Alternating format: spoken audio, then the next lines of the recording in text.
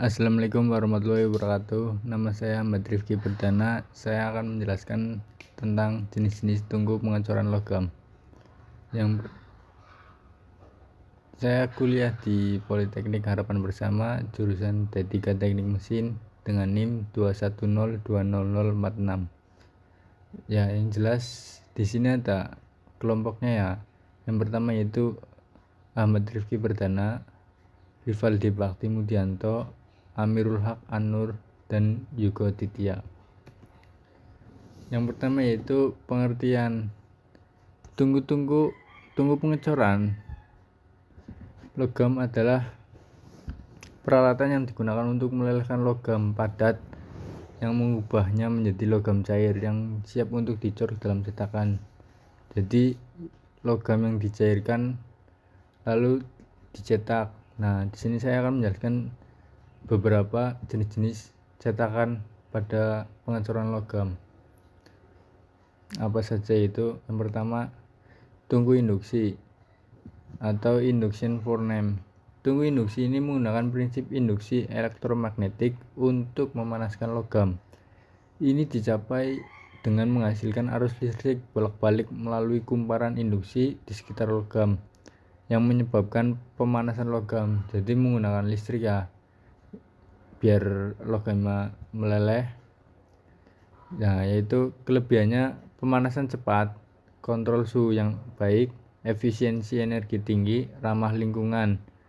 Jadi karena menggunakan listrik, dia tidak menghasilkan polusi karbon, asap, ataupun lainnya. Tapi ada kekurangannya, yaitu memiliki biaya yang tinggi, dan ini tidak cocok untuk semua jenis logam. Seperti listrik yang menjadi tinggi karena penggunaannya untuk memanaskan logam sampai meleleh, sampai benar-benar cair. Nah, pengaplikasiannya yaitu industri logam, produksi baja, pengecoran logam berbagai jenis. Tapi ada yang nggak bisa menggunakan tungku induksi, tidak semuanya bisa. Nah, seperti ini menggunakan listrik. Nah, yang selanjutnya yaitu tungku busur listrik, electric arc furnace. Tungku busur listrik menggunakan busur listrik untuk melelehkan logam.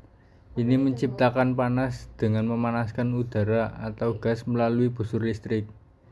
Tapi ini memiliki kelebihan, mampu melelehkan logam dengan jumlah besar, fleksibel dalam penggunaan berbagai jenis logam.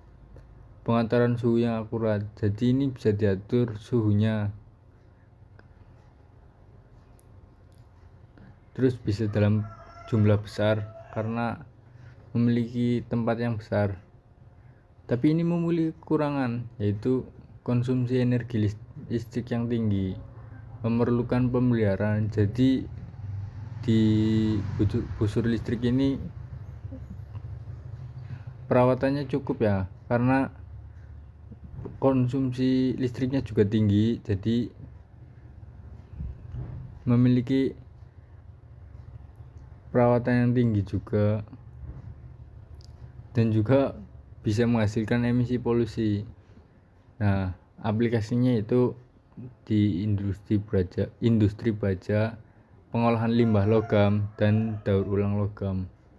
Karena penggunaannya dalam jumlah besar, jadi kebanyakan digunakan untuk daur ulang logam. Nah, seperti ini digunakan di industri baja karena cocok ya, karena dalam jumlah besar. Selanjutnya yaitu tungku gas furnace.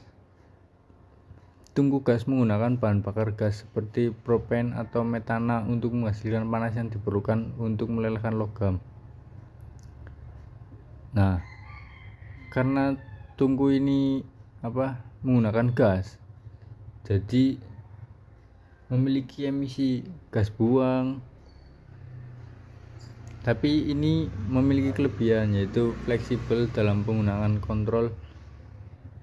berbagai jenis logam, sama biaya operasi yang lebih rendah, kontrol suhu yang baik. Nah, karena ada pengaturan pada tungkunya, jadi bisa dikontrol suhunya. Sama karena gas itu masih murah, jadi biaya operasionalnya masih rendah. Tapi memiliki kekurangan, yaitu gas buang, ada emisinya, biaya gas yang fluktuatif, kadang gas ada yang mahal, bisa murah, belum tentu ya. Di sini pengaplikasiannya yaitu pengecoran logam dalam berbagai industri, produksi komponen logam, perhiasan.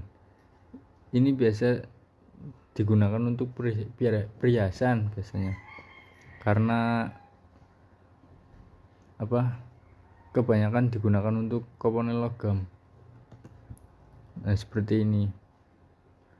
Dalam jumlah kecil ini tidak bisa, dalam jumlah besar bisa. Kalau untuk jumlah besar cuma memakan tempat yang lebih besar, karena tungku ini sebenarnya digunakan untuk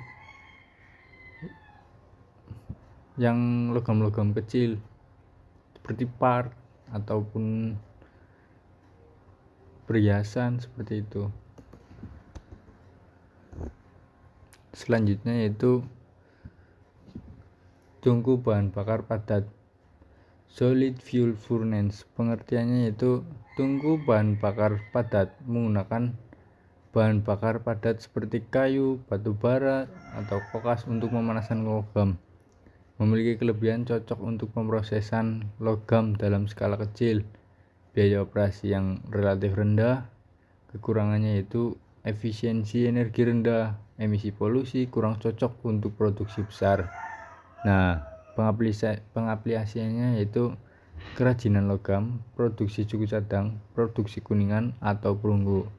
Nah, karena menggunakan kayu, batu bara, atau kokas untuk memanaskan logam, itu tidak cocok untuk produksi industri, karena suhunya juga tidak bisa diatur.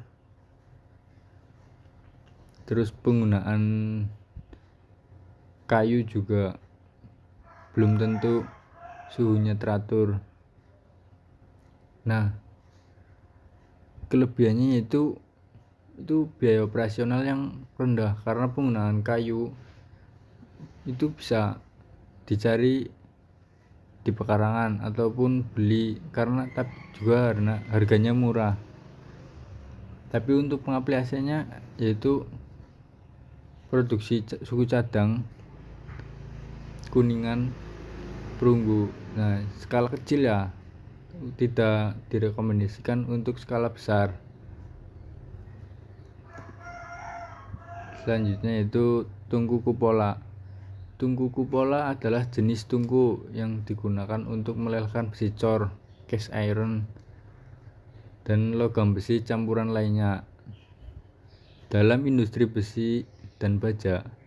Tungku ini bekerja dengan pengapian batu bara kokas untuk menciptakan suhu yang tinggi yang diperlukan untuk melelehkan besi dan menghilangkan kotoran serta oksidasi yang ada dalam besi cor.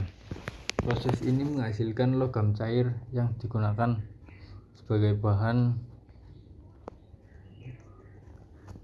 baku dalam berbagai aplikasi industri.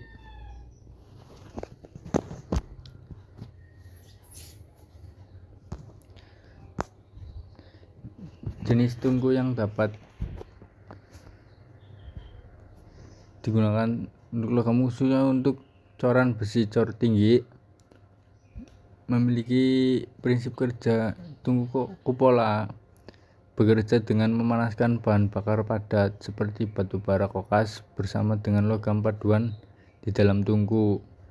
Proses pembakaran ini menghasilkan panas yang cukup tinggi untuk melelehkan besi dan logam-logam lainnya. Nah, bahan bakar utamanya itu batu bara untuk bisa mencapai temperatur yang lebih tinggi. Tapi ini juga pengaplikasiannya juga bagus ya, karena untuk produksi besar seperti industri, otomotif, dan konstruksi sering menggunakan tungku kupola ini karena cocok untuk konstruksi industri otomotif seperti spare part. Sama pengendalian suhu dalam tungku kupola dapat dilakukan dengan mengatur jumlah bahan bakar yang dimasukkan. Batu bara yang dimasukkan itu sebenarnya untuk mengendalikan suhu. Jika terlalu banyak, maka suhunya semakin tinggi.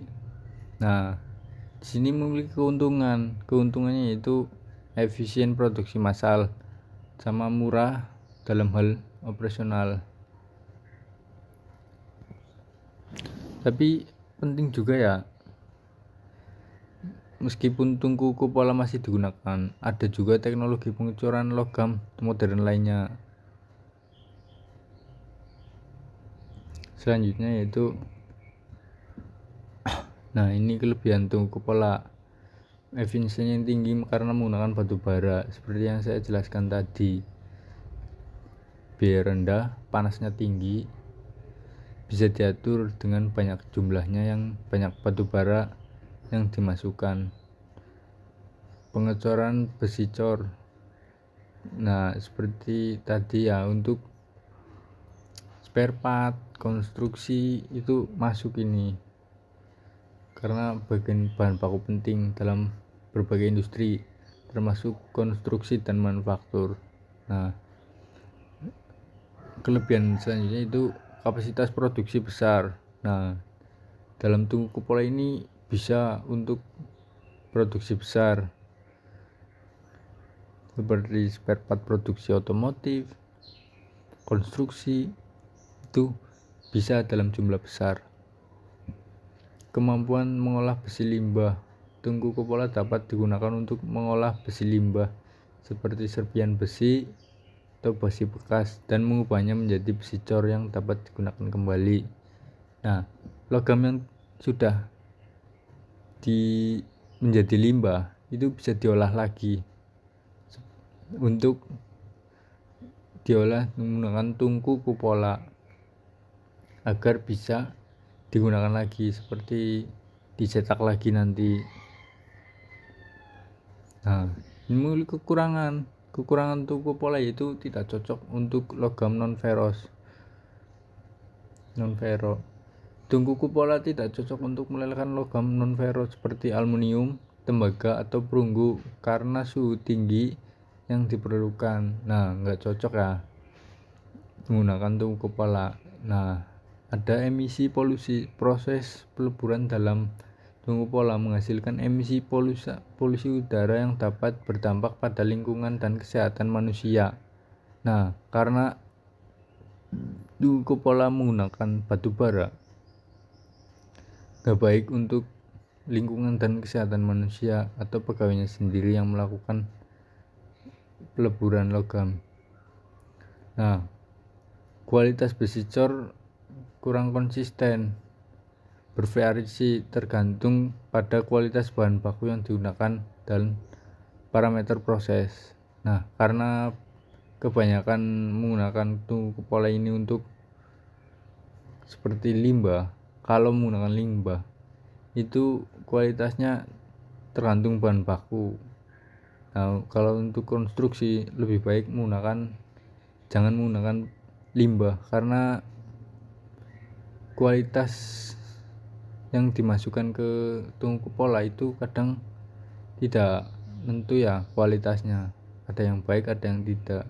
Jadi menggunakan yang baru saja kalau untuk konstruksi atau produksi otomotif spare part lainnya.